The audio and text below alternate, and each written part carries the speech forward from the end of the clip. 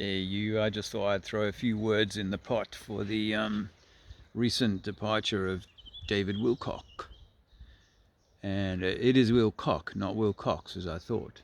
I've had to look that up, but it's like the male hen, unlike Brian Cox, but possibly from the same farm.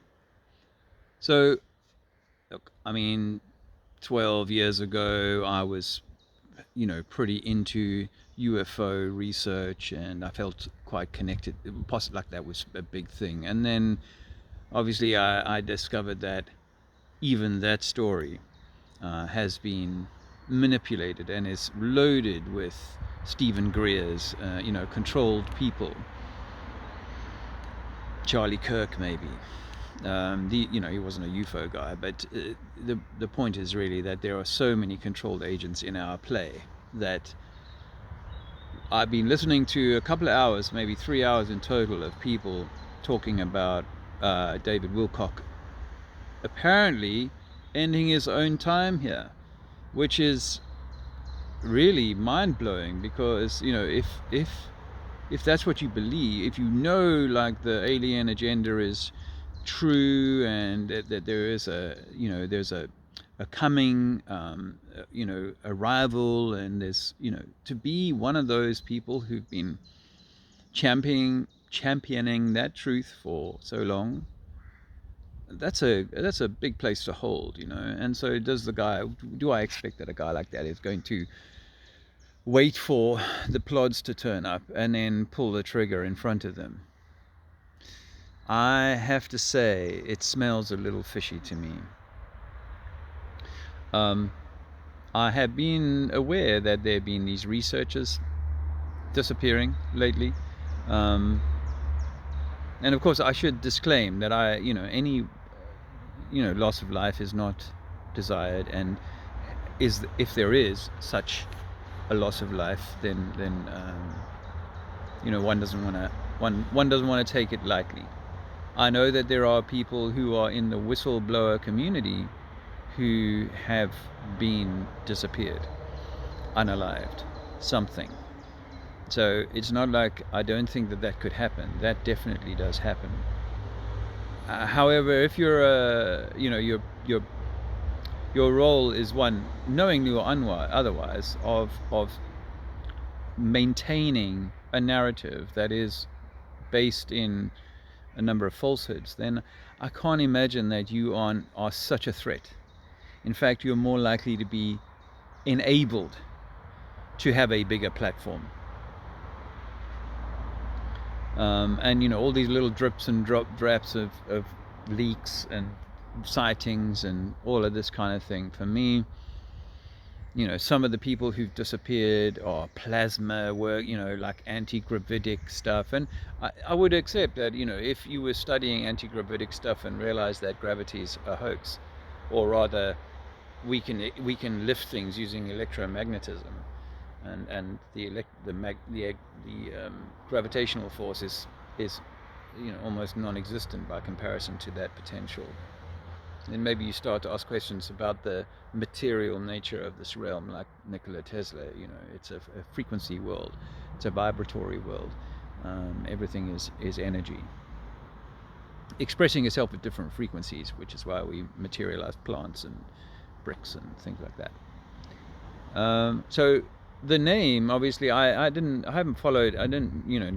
David Wilcock is not someone that I followed, other than, for having listened to some of his stuff in the early years. But Stephen Greer stank like fish, and I moved away from all of that stuff. Not to say that there aren't craft, man-made or some other at another frequency or another place on the plane, that there aren't craft and possible sightings of such things are possibly real. So I wouldn't throw all of that stuff out. But the main premise of Atlanteans and Galacticans and the Federation of Special Elders, and traveling from thousands of light years or hundreds of light years away, at speeds that must melt everything, including the mind. So what people who are, and it's funny actually, because it's a little bit like some of these other conspiracy areas where people are throwing a curveball and they just buy it, like, whoa, Charlie Kirk, he was taken out because of the Israel, um, and this guy is taken out because of something he knows and that he's hiding, and oh my gosh, like Julian Assange. So if he knows something and he cares about mankind, then he would make sure that that got out on day one. Just like if Iran was really, an entity separate from the world order, it would probably buy a few magazines and tell us the truth about what's really going on here. Nukes. There's a great book by a PhD, Dr. Stephen Young. It's called A Fool's Wisdom. In which he studied nuclear physics. That was what he got his PhD in, and he realized after 10, 15 years out of uni that he actually didn't know how a nuclear plant even worked, how nuclear energy really worked. And once he researched it, he discovered that heck, it's nothing like as frightening. Just like Galen Windsor would say, Galen Windsor would tell us that it's very safe energy. They're over egging it in order to kind of push the price and limit your access to it, so that we have to fork out vast sums of money for bit of energy, which really is in everything. The ether is, it's energy. This whole world is built on a system that is energy. So getting back to David Wilcock, strange, you may already know this, but his publicist dies 2 days before, although the early reports had him dying 6 days before. I mean, how it is possible that someone in the public space, he published a book with Wilcock. Do I have to say it so often? He published a book with him, and he's well known, blah blah blah. And so when someone leaves us, there's not going to be this confusion about which day was it. This day, oh, I can't remember, did I go that day, or was it a few days later? Did he leave us? That, I mean, if your cat or dog dies, you'd be like, in the first few months you'd remember exactly the day that it occurred, right? Anyway, so he's listed as the publicist is listed as like leaving us, a little bit like Epstein's handler, like, they went the same way, and it was, what a coincidence. And it happens to be on Adolf Hitler's birthday. When this is what I heard from this guy today. I was listening to the numerology on it. There's some interesting numerology on it. I won't go into all of that, but so for me, where all of these folks are, as far as I can hear, and I've only listened to a few hours, so I can't really speak for the whole, but some people in the UFO community are angry because people are saying one thing about Wilcock, and others are saying another thing, and I've got this third way, which is that, well, of course he doesn't have to go. Yes, on TV, he has to J.R. Ewing or whatever, he has to leave the scene, but he doesn't actually have to go. And I feel like there have been Mia's pair of glasses, and that other guy who was saying 2021 or 22, whatever, was going to be the year that the tardigrades came in and the creatures came over and took it, and they all disappeared. They've been taken out. Well, they were selling bullshit, so why would they need to be taken out? Other than they're no longer needed on that role, and once the story that they've sold, has a finite sell-by date, then it's like, okay, you can step aside.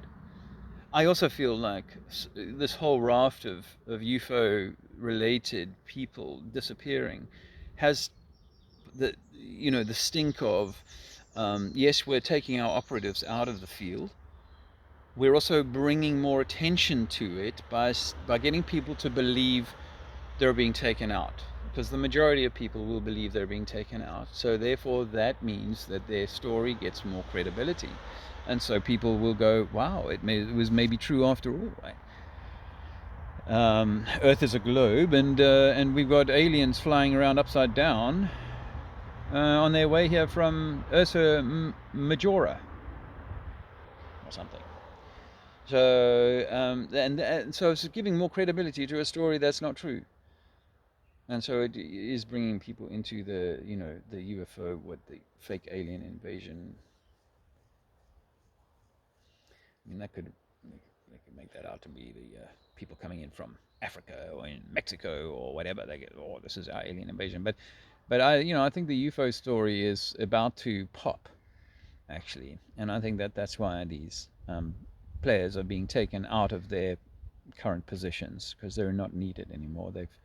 Their final hurrah. It's a little bit like a singer who's gone past their best. It's super valuable for them to stage their disappearance from the stage, because they'll always be remembered at that age, and the reruns, they weren't going to release any more albums, or drunk and fallen off the thing. They're not going to do anything more, but you can continue selling re-release golden oldies and top 50 20s or whatever. You get the thing. So the same is true with this other thing, with the UFO thing. I think it's bringing the attention that they want to have brought to it. Maybe not full mainstream, but it certainly seemed. I mean, and I'd say 12 years ago, I was quite convinced that that they were hiding something legitimate. Now, I think they are hiding something legitimate, but it's not the story that they tell us. And I don't think it's the story that David Wilcock and Corey Good. By the way, I heard this today. I didn't know, because I hadn't followed the UFO community, but I had come across Corey Good years ago, and turns out that he actually was in a court case. He lost a court case. People took him to court for making claims that he admitted in court, the things that he just made up, claims about galactic stuff or communicating with elders or whatever. He made these things up, and sound a bit like Fauci, right? Just made all of this 6-foot distancing and put a flannel over your face. That'll sort you until you sit down at the restaurant. Collectively, we have had our IQ, our ability to think for ourselves, has an absolute battering these decades past. But it doesn't mean we can't return to a good state of mind. I really think that, but it's not for everyone. And I think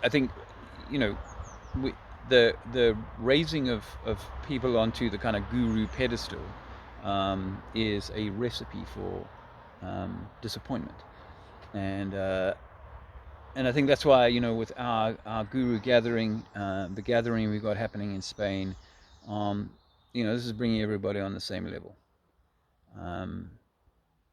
In the beyond this physical material world, which is not material. Madonna lied. You are not a material boy living in a material world, girl. We are spirit beings. We are the essence of, and at that level, when we're the essence of, then we are all equal. This kind of the trappings of the material world have got us, sent us askew. I'll leave it there.